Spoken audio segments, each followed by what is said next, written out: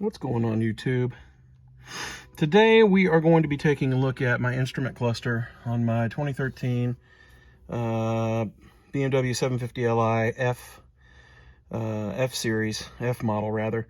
And this is the 6WA cluster that came stock with the car. So I watched a bunch of videos about how to remove this cluster from various models of BMWs, and that has been well covered. I'm not going to get into that right this minute.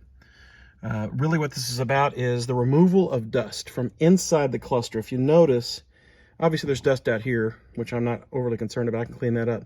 But if you'll notice, behind the glass or behind the clear covering, inside the actual cluster itself, there is dust that has accumulated over the years that I cannot clean. It's just back there, and there's nothing I can do about it. So what we're going to attempt to do today is take this thing out, which is relatively straightforward from what the videos I've been able to watch indicates. Take it inside, crack it open. Actually, you don't have to crack it open. I think it's just got some clips and some screws that keep it together. And then take the faceplate off, and then very gently clean the dust out to where it is completely dust-free, and then reseal it and put it back in the car. That's it. I'm not doing anything else. It is the same cluster that came with the car. I'm not putting something else in. So I don't think it should cause any problems. Shouldn't have to be recoated. If it does, then obviously I'll get that taken care of, but I don't think it will. So, all right, that's the first part of the video. The next we'll cut to us being inside at the kitchen table, hopefully, if I do this the correct way. Okay, so that was a little bit more involved than I had thought it was going to be. But I got it out. These two clips right here on the back of it are kind of a pain to navigate. And then I also have got the heads-up display port right here, and then your regular port for the rest of the stuff right there. But I got the cluster out. We're going to take it inside, see if we can crack it open and clean it up. All right. All right, so what we've got here, I've managed to get this out, put this on the table so I can work on it. And like I said, we are going to take this cluster and we're going to crack it open and address the issue inside here with some of that dust you can see and stuff. That some of that's on the outside and reflection here. I'm going to clean up the outside as well. But I'm talking about what's actually inside that I can't access. So, okie dokie. So what we've got here is we've got a torque screw here. It's kind of weird doing this while you're doing the camera. There and there. And then you've got these clips. One here, another here, and I believe there are two on the bottom. Yep, one there, and one there. I should be able to just kind of get the screws out, set those aside, and then pop each one of those clips out ever so slightly, and then be able to separate the shell from the top. We'll see how that goes. That's the next step. I will put this together whenever I actually, I'm going to put this on a tripod so y'all can watch me attempt to do it. All right, so let's give this a shot here. Let's first and foremost, let's address these torque screws first. So finding the right Torx bit was the first step. Obviously, you've got to have a Torx bit to, or Torx screwdriver, etc., in order to do that. And this one is actually a T. What size is this? T10. T10 is the magic one. That's 1, 2,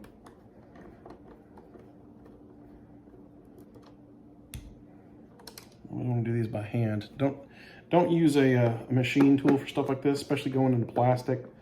Just use your hand tool. A lot less chance of you stripping anything out. You can feel the resistance so much better. It's just a better play all the way, pretty much across the board. All right, and the last one here.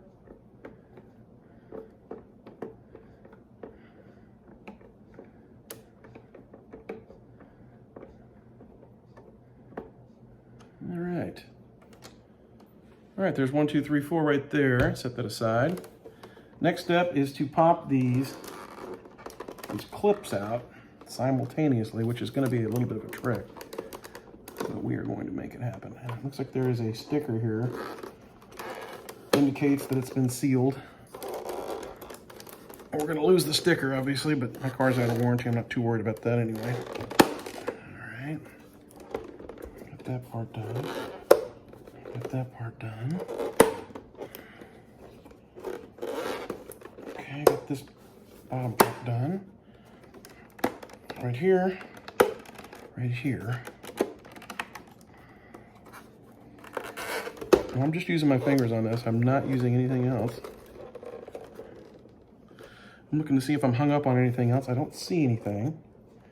The only thing that's holding me right now is this this little tamper-proof deal. So I'm going to separate that. Because obviously, it wasn't working. All right. Now,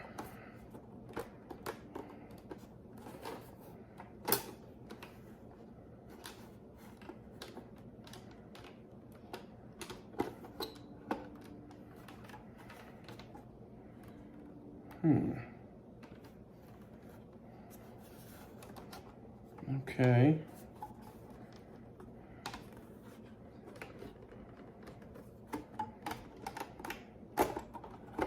Okay, here we are.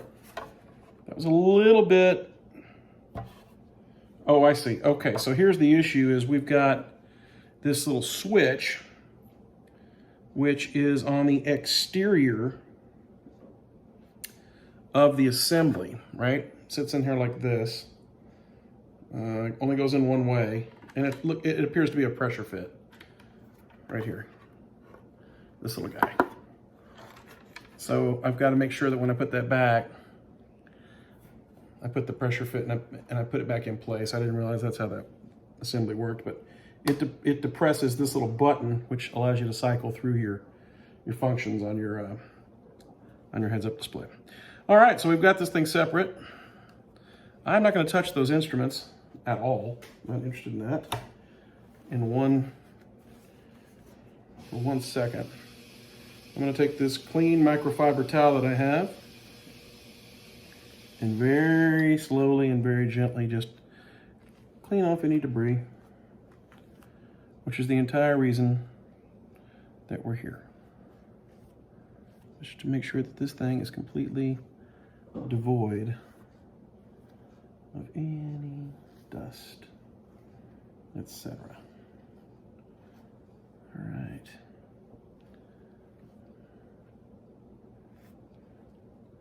And there are some fragments here and there. It's not, although it's sealed, it's not like an airtight seal. So over time, debris and dust will get in there. So, and that was driving me crazy. So, it's the thing you look at most often, right? So you might as well make sure it's as clean as possible.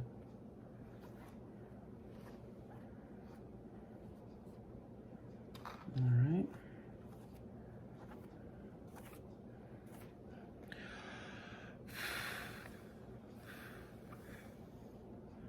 I was told not to, or I read somewhere, rather, I wasn't told anything, but I read somewhere not to use compressed air. I don't know why necessarily that would be a terrible thing as it pertains to this particular operation, but I didn't use it. I just decided to let it sit.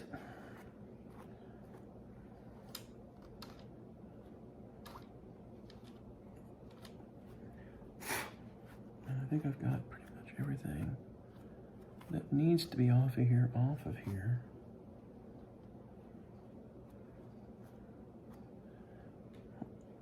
I'm trying to hold this in the light to see if there's anything that might be missed here. Do not want to touch it for fear of having any kind of fingerprints or anything like that on it that would be no fun to get rid of. Looks like there's a little spot right here. Maybe another little spot right. Thought I saw one.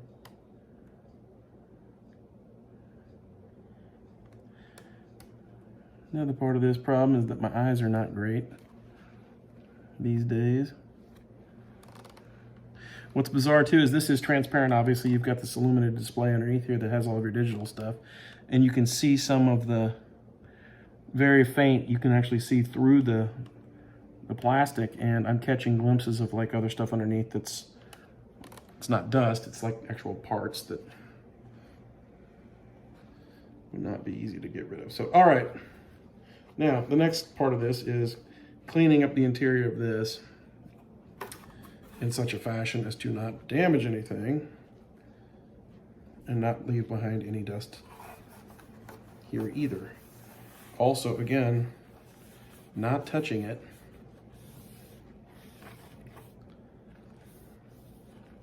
with my fingers. I don't want to leave any prints.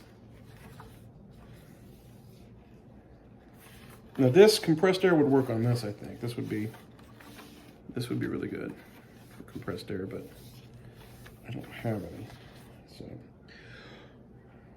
I was about to blow on that. I want to make sure that I am not leaving behind any dust particles inside here that I'm going to be able to see, which for the reason that I did this in the first place.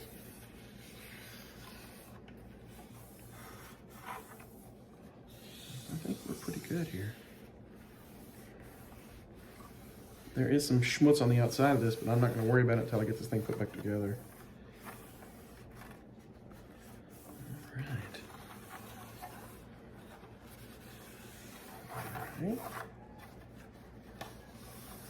All right. Now, let's make sure that, hold this up to the light here. I'm not seeing anything that is a remnant that is inside. And there are a couple things here and there, but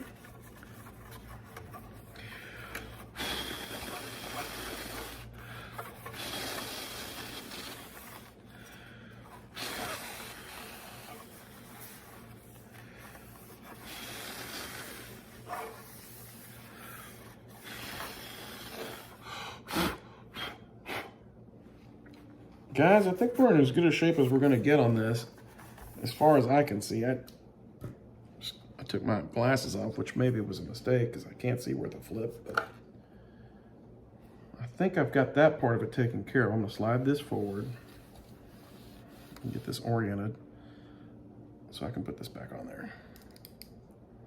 Here, I'm going to do a last minute look. Again, I don't see anything on the fascia that would give me pause.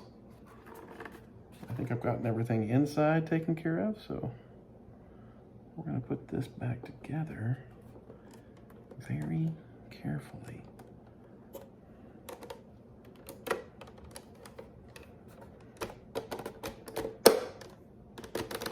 Now that's a satisfying sound.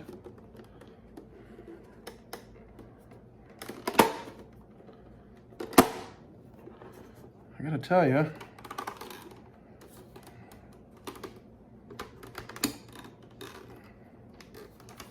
that clips in place.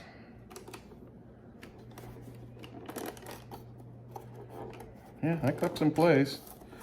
Obviously, I've got these screws that are going to really cinch it down here in a second, but working my around the circumference and